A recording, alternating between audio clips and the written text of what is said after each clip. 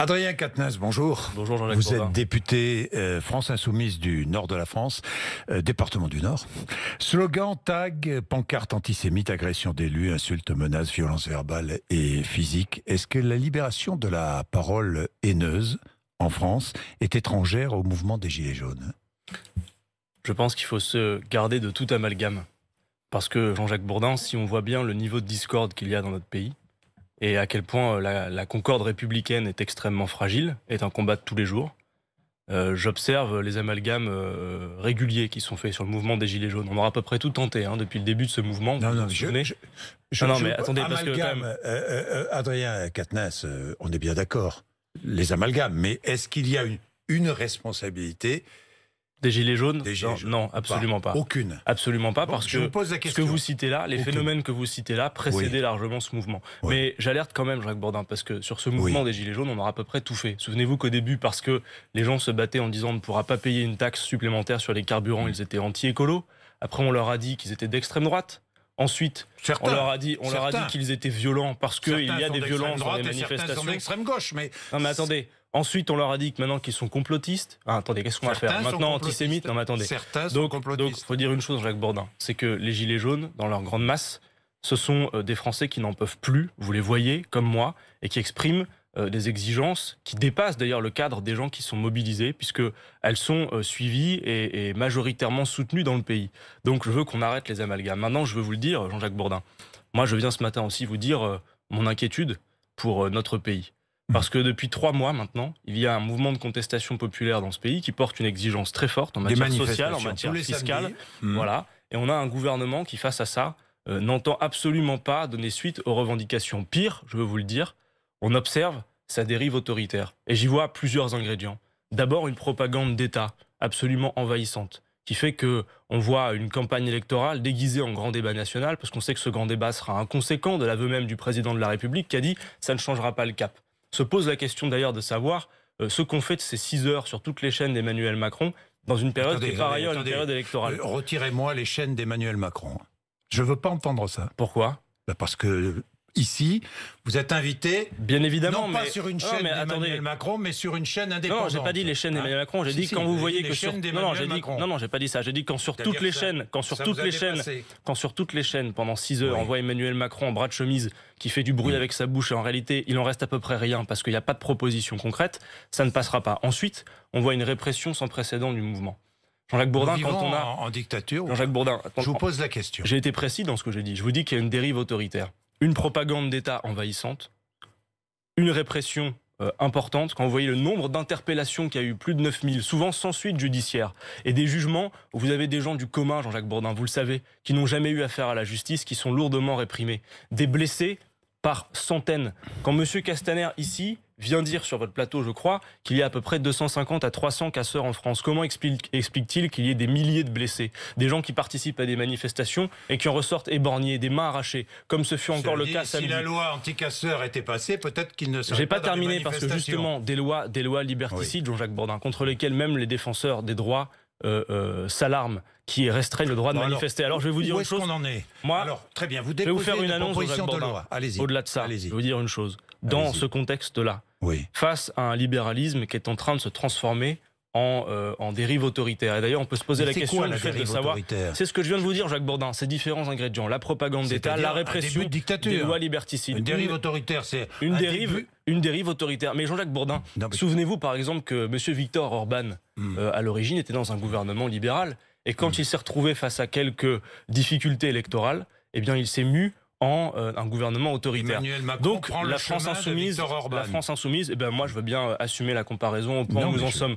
Sans compter en plus, j'oubliais dans ces ingrédients, l'usage des moyens de police et de justice, soit contre des opposants politiques comme on a pu le voir récemment, soit contre un journal indépendant. Et d'ailleurs ça a peu ému au sein de la corporation journalistique. Alors tout ça fait que nous prenons nos responsabilités et nous appelons le 16 mars, par-delà les appartenances politiques, parce que je sais que c'est très large, y compris au sein de l'Assemblée nationale, toutes celles et ceux qui sont attachés aux libertés fondamentales, à l'état de droit et aux droits démocratiques, à se rassembler le 16 mars à Paris et à rejoindre la manifestation des Gilets jaunes, qui en plus se fera à l'issue de ce grand débat. Parce que ce grand débat, c'est de la logistique déployée partout, qui en réalité va aboutir sur un désespoir terrible, vous l'imaginez. Je vais y venir. Mais la dénonciation des élites, sans cesse, la culpabilité des plus riches, culpabilisation des plus riches, les complots en tout genre qui sont agités ça ou là, ça ne nourrit pas la haine, ça ne généralise pas la haine. Il ne faut pas tout mélanger, Jean-Jacques Bourdin. Je ne mélange pas tout, je vous pose simplement la question. Ce n'est pas être complotiste, par exemple, que de dire qu'il y a un vrai problème, non seulement de répartition des richesses, et puis de répartition de l'effort entre tous. Parle pas de répartition des richesses dans le complotisme. Vous me dites parler des riches, puis ensuite vous me dites les complots, etc. J'ai vu les sondages, y compris celui qui est paru, je crois, hier ou avant-hier. Et puis il faut d'ailleurs les regarder de près. On a 12% des Français qui se reconnaissent gilets jaunes. Et on dit 44% parmi ces 12%, ça fait déjà assez peu, autour de 5 à 6, sont favorables, en tout cas, se reconnaissent dans les théories du complot, avec une marge d'erreur annoncée à 4%. Au final, on est proche de zéro. Il n'y a aucun complotiste. Donc encore une fois... complotiste, il n'y a aucun mouvement d'extrême droite ni d'extrême gauche chez les Gilets jaunes. Ça existe, évidemment. Bon. Attendez, je vous réponds, c'est important. Ça existe, mais convenez avec moi. En plus, c'est vos auditeurs aussi qui vous appellent. C'est extrêmement minoritaire au sein du mouvement. Tout aura été tenté par ce pouvoir pour faire croire que les Gilets jaunes sont autre chose que ce qu'ils sont. Je vous le dis, Jean-Jacques Bourdin, les Gilets jaunes forcent l'admiration et méritent notre admiration. Parce que ce sont des gens dont on disait depuis des années qu'ils étaient résignés, qu'ils ne se souciaient plus de politique. Là, pour le coup, nous avons en France un mouvement où des gens récupèrent la politique au bon sens du terme. Vous avez raison, Adrien Quatennens. Et face à eux, une répression et nous leur donnons la parole, et notamment sur RMC, puisque nous leur avons donné la parole. Vous aussi, vous faites votre affaire des 30 propositions de loi que vous allez faire sur RMC. Vous savez comme moi que de ce grand débat, il ne sortira rien de conséquent. Le président de la République lui-même vous l'a dit, Jean-Jacques Bourdin, en disant dès le soir de ses vœux que ce grand débat ne pourrait pas changer le cap présidentiel. Jean-Jacques Bourdin, les revendications des Gilets jaunes ne sont pas compatibles avec le cap présidentiel. Les exigences de justice sociale, fiscale et démocratique ne sont pas compatibles avec le cap qu'Emmanuel Macron entend maintenir. Par conséquent, ce grand débat risque d'aboutir sur un grand désespoir, encore plus grand que ce qui avait nourri le mouvement à l'origine. Vous dites non à tout, quoi, si j'ai bien compris. Non. Bon, l'interpellation. Moi, je dis oui au référendum d'initiative citoyenne, par exemple. Je vais vous en parler. Eh bien, dites pas que je dis non à tout. Alors, justement, les interpellations. Vous avez vu qu'il y a des gardes à vue de 6 personnes suspectées d'avoir forcé l'entrée du ministère de Benjamin Griveaux. Est-ce qu'ils doivent être condamnés ? Mais moi, c'est inacceptable d'avoir enfoncé la porte d'un ministère. Et vous savez que vous avez en face de vous, et à chaque fois que ce sont des dirigeants de la France Insoumise que vous interrogez, vous leur posez la question, je le comprends, mais il n'y a pas d'ambiguïté pour nous. Nous sommes opposés à toute stratégie de la violence. D'abord parce que nous pensons aussi que la violence en politique est inefficace. Dans un mouvement comme celui-ci, nous avons besoin d'un mouvement de masse. Je vois, moi, dans les manifestations auxquelles je participe, un parmi tant au sein des Gilets jaunes, que vous avez là des gens qui viennent en famille, des gens qui travaillent, Jean-Jacques Bourdin, et qui n'arrivent plus à joindre les deux bouts. C'est d'abord et avant tout ça. Alors après, c'est clair, et certains peuvent parfois basculer dans la violence parce qu'il y a un désespoir.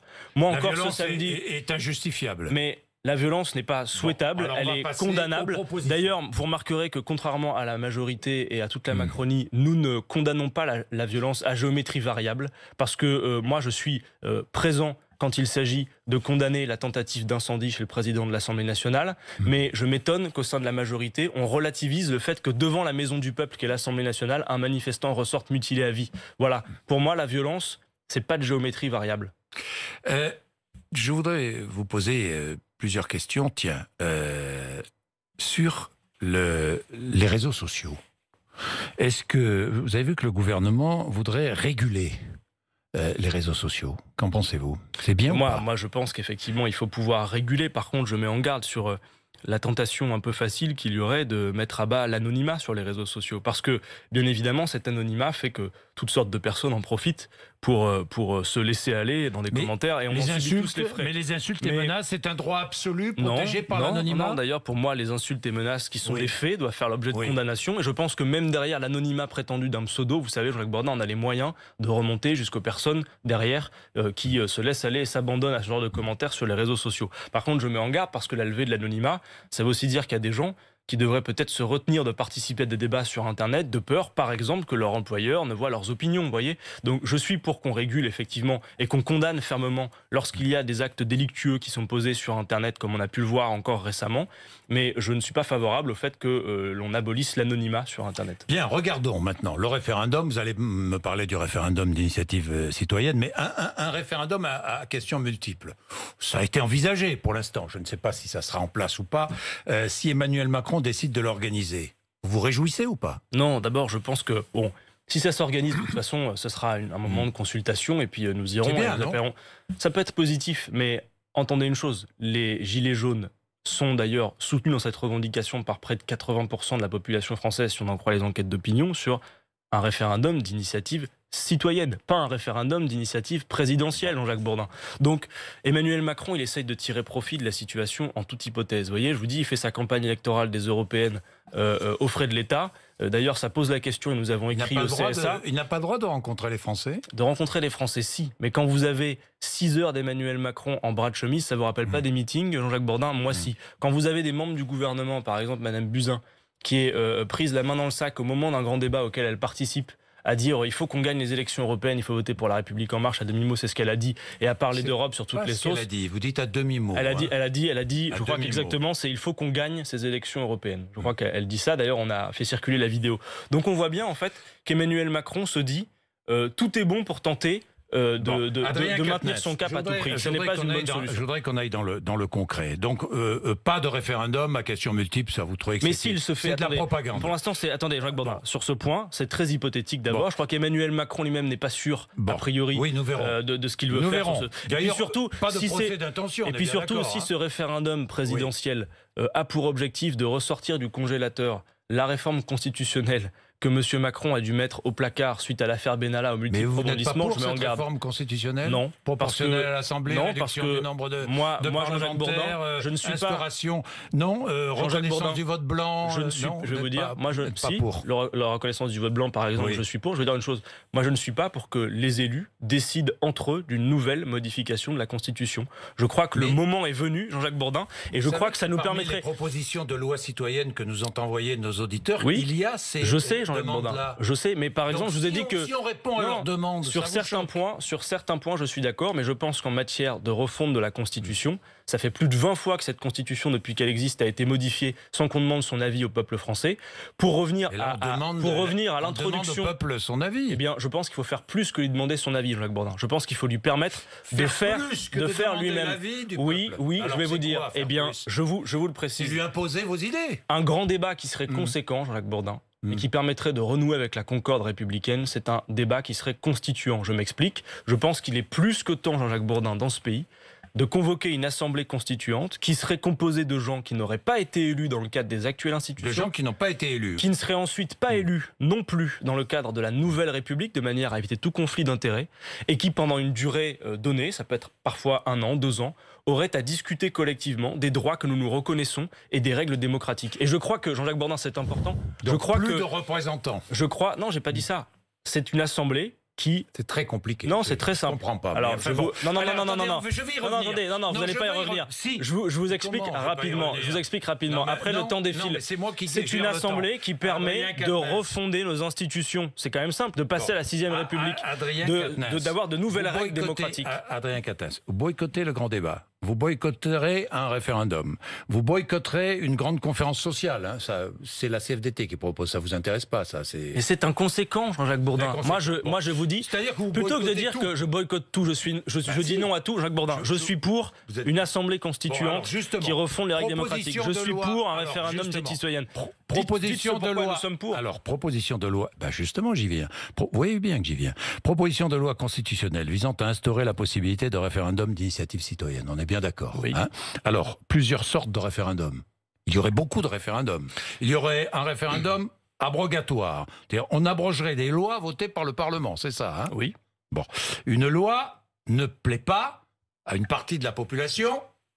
Terminé, on l'abroge, c'est ça? Non, faut être précis.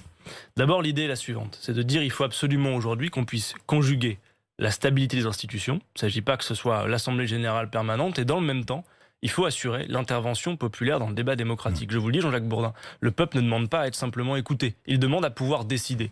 L'idée de ce référendum... Il demande à proposer. Nous proposons donc ce référendum d'initiative citoyenne. Il ne nous aura pas échappé d'ailleurs qu'on n'aura pas attendu le mouvement des Gilets jaunes. Au moment de la présidentielle avec Jean-Luc Mélenchon, nous l'avions déjà défendu. Tout à l'heure... Alors comment ça fonctionne ? Non mais d'accord, mais ça c'est... Comment ça fonctionne ? Comment ça fonctionne ? Eh bien tout à l'heure en commission, nous allons l'expliquer à l'Assemblée nationale et j'invite les auditeurs à le suivre parce que vous allez voir comment se comporte la majorité. Tout à l'heure, maintenant. Eh bien ça fonctionne de la manière suivante. Il y a en gros 4 possibilités de convocation de ce référendum. Un référendum abrogatif, vous l'avez dit, c'est-à-dire les citoyens décident d'abroger une loi. Pour ça, il faut un seuil d'électeurs qui le souhaiteraient par une signature à recueillir de pétitionnaires. Sur 2% du corps électoral. Non, il faut discuter des modalités. On peut faire ça de manière plus sécurisée si vous voulez. 2% des électeurs. Proposer une loi. 2% des électeurs également. C'est-à-dire que s'il y a 2% d'électeurs qui le souhaitent, il y a un référendum. Donc Jacques Bourdin, s'il y a un référendum... Premier référendum. Donc s'il y a un référendum, il y a une campagne où chacun cherche à se convaincre sur tel ou tel thème, d'accord ? Ça laisse le temps d'une campagne. Et ensuite... Et qui fixe la question ? C'est le citoyen. Mais bien évidemment. C'est les citoyens qui déterminent quel est le sens de la question. S'ils recueillent le nombre de pétitionnaires, automatiquement le référendum est convoqué pour quelques mois plus tard. Révocatoire. Alors, référendum révocatoire, on a choisi de mettre un seuil plus conséquent de 5% du corps électoral, à peu près 2 millions de personnes. Du président de la République jusqu'au parlementaire. On avait déjà discuté de ça ensemble. Vous considérez que c'est pour chasser un élu. Moi, je considère d'abord et avant tout que l'existence du droit de révoquer les élus, je pense, aurait d'abord cette vertu. D'un an et demi à peu près. Aurait d'abord pour vertu, Jean-Jacques Bourdin, d'obliger les élus. Si vous savez qu'à mi-mandat, vous êtes susceptible d'être, je reprends votre terme, chassé, eh bien quelque part ça vous oblige. Présidentielle, ça serait pas mal, non ? Pourquoi pas ? Mais alors suggérer à M. Macron avec nous de dissoudre l'Assemblée nationale. S'il y a un conflit de légitimité qui s'exprime dans notre pays comme c'est le cas, je pense que revenir aux urnes serait une bonne solution. Il y a aussi un référendum législatif. Tout à fait. C'est proposer ou abroger une loi. Et ensuite, il y a aussi un référendum qui permettrait justement de modifier la Constitution, un référendum constituant. Et là, c'est pareil, pour nous, c'est 5%. Mais comprenez bien que nous cherchons à trouver le bon point d'équilibre entre stabilité institutionnelle et intervention populaire. Puisque l'Assemblée nationale, Jean-Jacques Bourdin, c'est normalement la maison du peuple. Et aujourd'hui, on voit bien qu'il y a un vrai décalage entre ce que le peuple exprime. Parce que, Jean-Jacques Bourdin, au-delà de ce que nous disent les gilets jaunes dans la rue, vous voyez que leurs principales revendications sont soutenues très largement dans le pays, même sans que les gens ne mettent de gilets jaunes. Mais c'est évident, Adrien Quatennens. Bien sûr qu'il a envie de s'exprimer, mais pas pour que ça n'aboutisse à rien. Pas plus vous qu'un autre. Je suis quand même l'un de ses représentants, vous le constatez. Vous êtes l'un des représentants, oui. J'ai été élu pour ça. Élu à l'Assemblée nationale. Tout à fait. Mais l'Assemblée nationale... Vous êtes d'accord avec moi pour dire qu'au-delà des gilets jaunes présents en manifestation qui font l'essentiel, vous avez par exemple sur 2 de leurs revendications principales, le référendum d'initiative citoyenne ou le rétablissement de l'impôt de solidarité sur la fortune. J'admets d'ailleurs que le rétablissement... pas les 2 premières qui arrivent en tête chez nous, mais en tout cas, elles sont très importantes. Et bien sûr, ces 2 revendications, par exemple, c'est soutenu très majoritairement dans le pays. Le référendum d'initiative citoyenne. Bien, un mot. Benoît Hamon a proposé une votation citoyenne, justement. Tiens, encore une votation, donnant la possibilité aux sympathisants de gauche de choisir 3 listes permettant d'en former une seule. Vous dites non ? Je veux répondre de manière argumentée à Benoît Hamon. Pas écarter ça d'un revers de la main, parce qu'il a au moins le mérite de formuler cette proposition, mais je veux dire que je pense que c'est une mauvaise idée. Pourquoi ? Parce que si l'on écoute ce qu'il a présenté sur votre plateau, ça nous amènerait à la mi-avril, à la fin de sa votation. Ça veut dire qu'après, ensuite, il y aurait à constituer une liste, sans d'ailleurs qu'on sache bien si programmatiquement tout ce petit monde est d'accord. Et alors, quand est-ce qu'on fait campagne ? Jean-Jacques Bourdin, moi je vous le dis, l'essentiel, c'est pas de venir coller quelques petites miettes de la gauche pour faire une plus grosse miette. Européenne, c'est oui, non, Macron. Non, mais c'est ça. Non, c'est plus que ça. On a un programme que j'invite. D'ailleurs, je crois qu'on est une des seules formations politiques à déjà faire campagne avec un programme qui est notamment axé autour de la nécessité de sortir des traités qui interdisent l'harmonisation sociale et fiscale. Et donc, je dis, plutôt que de chercher à coller quelques petites miettes de vieux partis pour en faire une plus grosse miette, je pense que le plus utile, le plus nécessaire, oui, je pense que ce n'est pas une bonne idée. Donc je préfère dire non à cette initiative. Et d'ailleurs, je me pose la question de savoir pourquoi Benoît Hamon a quitté le Parti Socialiste si c'est derrière pour tenter de le reconstituer. Parce que son affaire fait un peu reconstitution de ligue dissoute quand même. Donc si vous voulez, à cette heure, l'essentiel, Jean-Jacques Bourdin, c'est d'aller mobiliser un électorat qui est démobilisé. Attendez, des partis politiques dire non. Voilà c'est trop facile. C'est trop facile de dire ça parce que plutôt que de s'occuper de rassembler des petites étiquettes partisanes, Benoît Hamon, je l'invite à se soucier de ce qui devrait tous nous occuper. Le fait que les gens sont tellement désespérés qu'ils ne participent plus au vote. Moi, à l'heure où je vous parle, Jacques Bourdin, tous les jours, les Insoumis sont au porte-à-porte, dans des endroits où véritablement les gens sont très éloignés du vote. C'est ça l'essentiel qu'il faut faire. Parce que, imaginons qu'on ferait cette votation citoyenne à la fin et que ce soit par exemple notre candidate Manon Aubry qui gagne cette votation. Quelle assurance a-t-elle que 10 places derrière elle, on est d'accord avec la sortie des traités, avec le programme? Puis, je veux dire une chose pour terminer là-dessus. La liste de rassemblement, en vérité, elle existe déjà, Jacques Bourdin. C'est la liste de la France Insoumise. À l'intérieur, il y a d'anciens communistes, il y a un ancien député vert, il y a Emmanuel Morel, que vous connaissez, qui a quitté le Parti Socialiste, justement parce que sur le fond, il est d'accord avec nous. Voilà. Et moi, je pense que ça, c'est le plus important. Pas la tambouille politicienne. De reparler d'ailleurs de votre liste et de votre programme pour l'Europe. Un mot sur le Venezuela. Est-ce qu'il faut tout faire pour laisser entrer l'aide humanitaire dans le pays ?